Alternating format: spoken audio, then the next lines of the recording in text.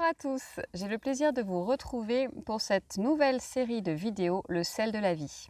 Le sel de la vie, ce sont des vidéos d'interviews de personnes qui ont vécu des choses pas toujours faciles, mais qui ont fait preuve de résilience. C'est cette force que l'on tire des épreuves de la vie pour avancer sur son chemin.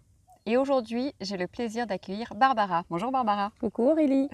Barbara va nous parler de son expérience. Il y a 2 ans, elle a fait un burn-out et je voudrais qu'elle nous parle de son évolution entre son burn-out d'il y a 2 ans jusqu'à aujourd'hui où elle est partie, il y a quelques mois, seule en voyage initiatique en Inde. Alors Barbara, je voudrais te demander de commencer par nous expliquer ton parcours, te présenter, ton parcours personnel et professionnel, ta famille. Alors j'ai 44 ans, j'ai 3 enfants. J'ai travaillé dans le tourisme la bonne première partie de ma vie professionnelle. Du coup, on a beaucoup bougé, beaucoup déménagé en France et en Outre-mer avec mon mari et les enfants.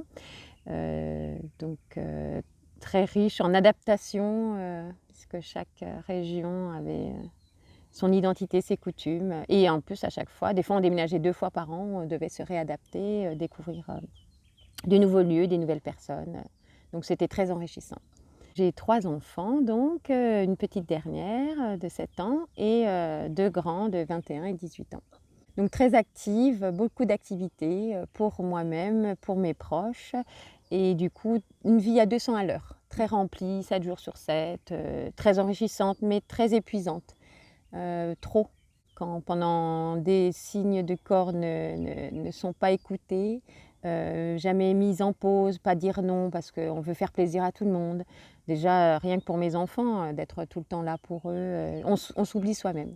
Passé 40 ans, le corps vraiment marque des signes de fatigue plus marqués.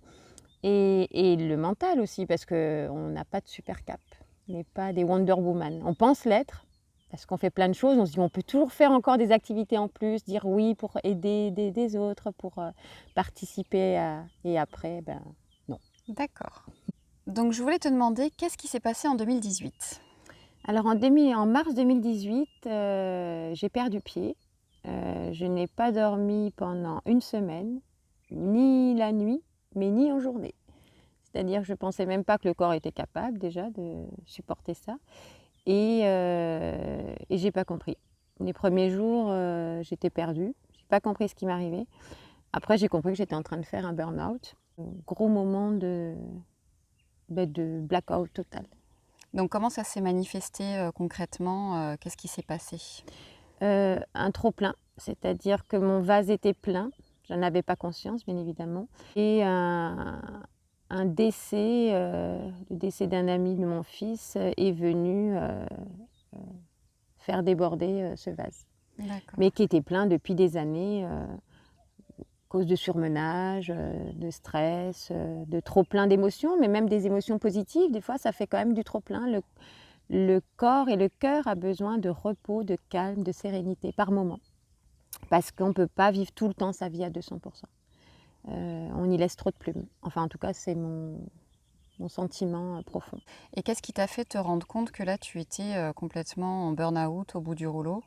Parce que j'étais capable de quasiment plus rien faire. J'avais perdu le sommeil, mais aussi l'appétit, donc j'ai rapidement perdu du poids. Je ressemblais vraiment à un zombie, très, très marqué dans le visage, les yeux creusés évidemment, parce que je ne dormais pas.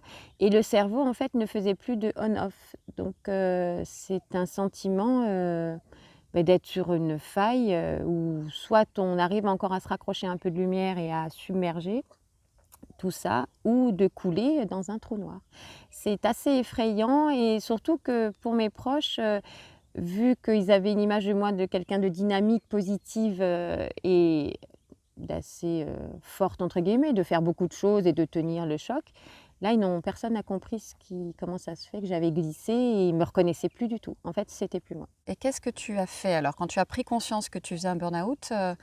Quelles ont été tes démarches? J'ai appelé au secours ma maman par téléphone, qui habite à des centaines de kilomètres. Elle venait juste d'être à la retraite, donc elle a pu tout de suite venir chez moi. Parce qu'en fait, en plus d'être moi-même devenue presque une loque, on a toujours ce sentiment de culpabilité de laisser du coup mes enfants continuer à aller en cours. Il fallait faire à manger, faire un minimum de conduite. Et honnêtement, au bout de 4-5 jours, les premiers jours, après, mes forces étaient tellement devenues faibles que même ça, pour moi, c'était des efforts surhumains. Donc en fait, il me fallait quelqu'un, sur qui me poser, voilà. Et donc ma maman, vu que j'étais redevenue en fait un petit bébé, fragile et qui avait besoin, de calme et de repos, était la personne idéale. Donc elle est venue t'aider, elle t'a Elle secondée est venue et m'aider. est-ce que tu as utilisé d'autres techniques, Oui. Après, j'ai fait des soins énergétiques, dont un avec toi, je te remercierai jamais assez. Hem et ça pour moi ça a été, en fait j'avais perdu mes racines, donc ça pour moi les soins énergétiques ont été un aimant à la terre. Me faire revenir, ici, maintenant, vraiment, comprendre vraiment mes sensations, me dire, voilà, j'ai touché le fond, mais mes racines sont là, elles étaient juste un peu coupées, parce que, parce qu'il y a eu un trop de tout, te reconnecter au présent, te ouais, reconnecter, voilà, ce ouais, que ouais, tu vivais dans c'est ton ça. corps, dans tes Et sensations? puis de se dire, bah, c'était une pause et que le corps avait besoin vraiment de se remettre, dans son axe, de vraiment se dire: «Tout ce parcours avance, c'est ce qui me définit, c'est mon moi, mon cœur est toujours là». Il fallait juste que le corps se remplisse à nouveau d'énergie. En fait, pour moi, ça a été, le début d'une renaissance. Tu as pris le temps, tu t'es posée, Oui, tu as travaillé sur toi à travers les soins énergétiques. Est-ce que c'est tu as eu ça. d'autres pratiques, d'autres choses qui ont pu t'aider?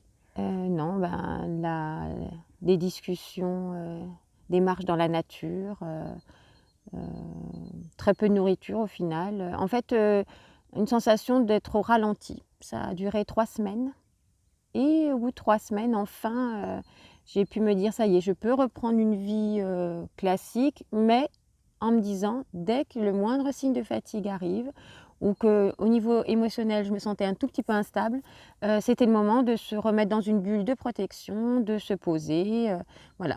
De manière à vraiment préserver le nouvel équilibre qui venait à peine de s'installer Mmh. et surtout la crainte, ou en tout cas au début, de replonger, de tomber nouveau dans ce trou noir qui est abyssal et qui est honnêtement pour moi ça a été une expérience, j'avais jamais fait de déprime avant, j'avais même pas fait de baby blues après la naissance de mes enfants.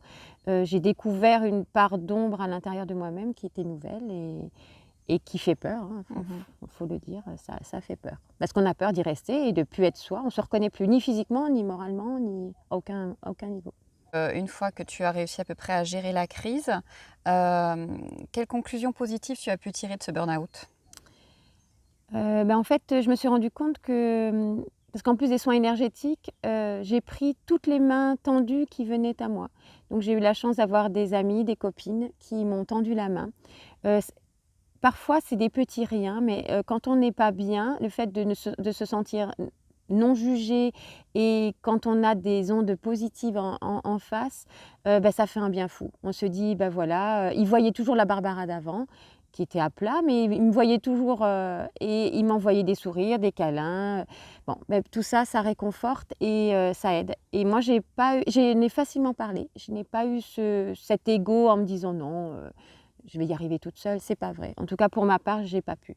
Donc toutes les mains tendues, parce que je pense quand quelqu'un n'est pas bien, les mains tendues sont forcément bienveillantes. En tout cas, je l'ai pris comme ça et j'ai pris toutes les mains tendues qui sont venues à moi. Parce que je me dis: «C'était des petits bouts de lumière, j'en avais besoin» et puis ça me rappelait aussi tous ces moments que je partageais avec ces personnes quand j'étais au top de ma forme et donc voilà, petit à petit, oui. Mais D'accord. l'humain c'est ce qu'il y a de plus important. Ouais. Quel a été finalement le voyage que tu as fait? Qu'est-ce qui s'est passé? Pourquoi tu es partie en Inde? Et quel rapport tu peux faire entre ton burn-out et ce voyage en Inde?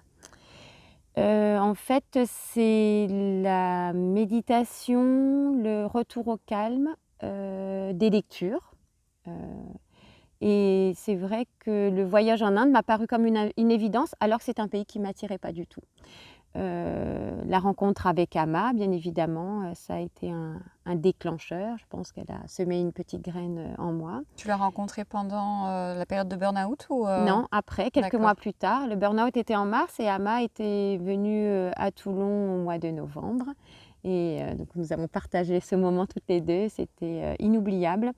Une atmosphère incroyable, autant de gens, dans la bienveillance, dans le calme, avec des profils tout à fait différents.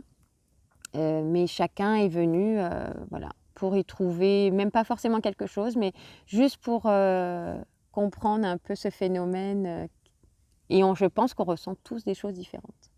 Donc tu as vu Amma, du coup ça t'a un peu connecté à l'Inde? Oui, même déjà avant d'avoir mon darshan, donc le fameux câlin, j'avais vraiment cette intime conviction de devoir aller en Inde. Et à ce moment-là, je ne savais pas pourquoi. Et donc ça, c'était au mois de novembre.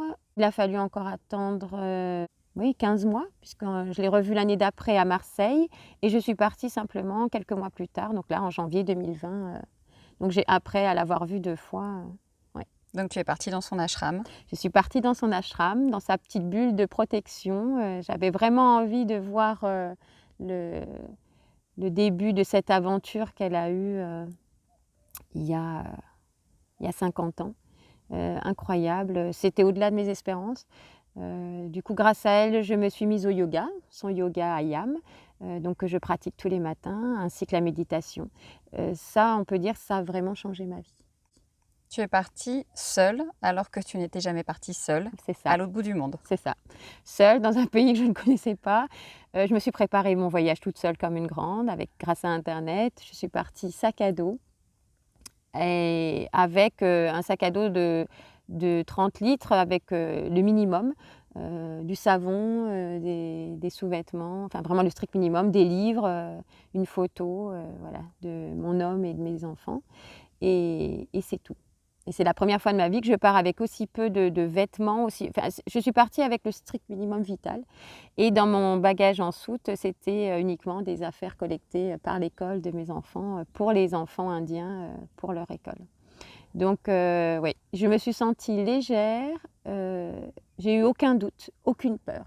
C'est étonnant parce que quand on a connu une peur très profonde, très ancrée après un burn-out, parce que vraiment c'est abyssal, le fait après de se dire que presque, comme on a touché le fond, on a vu sa part d'obscurité, et bien après on se dit il peut y avoir plus que de la lumière. Et on a envie de remplir plus qu'avec de la lumière. Donc c'est juste extraordinaire. Pour moi, c'est une nouvelle vie. Avec la Barbara d'avant est toujours là, mais en version améliorée à mon goût. Donc tu dirais que ton burn-out a été une renaissance et Ah finalement un point positif dans ta vie. Oui, oui. Je remercierai jamais assez ce moment de ma vie où j'ai coulé, parce que c'est grâce à lui que j'ai compris où étaient mes vraies valeurs, mes vrais besoins. En fait, on en a besoin de très peu. Et vraiment d'apprécier chaque moment, d'être en mode plus lente, d'apprécier vraiment chaque détail, chaque personne, d'aller plus en profondeur des choses, et surtout d'apprécier la vie à 300%. Ouais, non, c'est génial. Ok, super. Merci beaucoup Barbara. Merci à toi. Voilà, j'espère que cette vidéo vous aura plu. N'hésitez pas à liker la vidéo, à la partager. J'attends vos commentaires juste en bas. Vous pouvez commenter, me donner votre point de vue, aussi me donner des prochains thèmes de futures vidéos que vous voulez voir, toujours en rapport avec ce fameux sel de la vie, ce qui donne le piment dans votre vie. Merci et à très bientôt.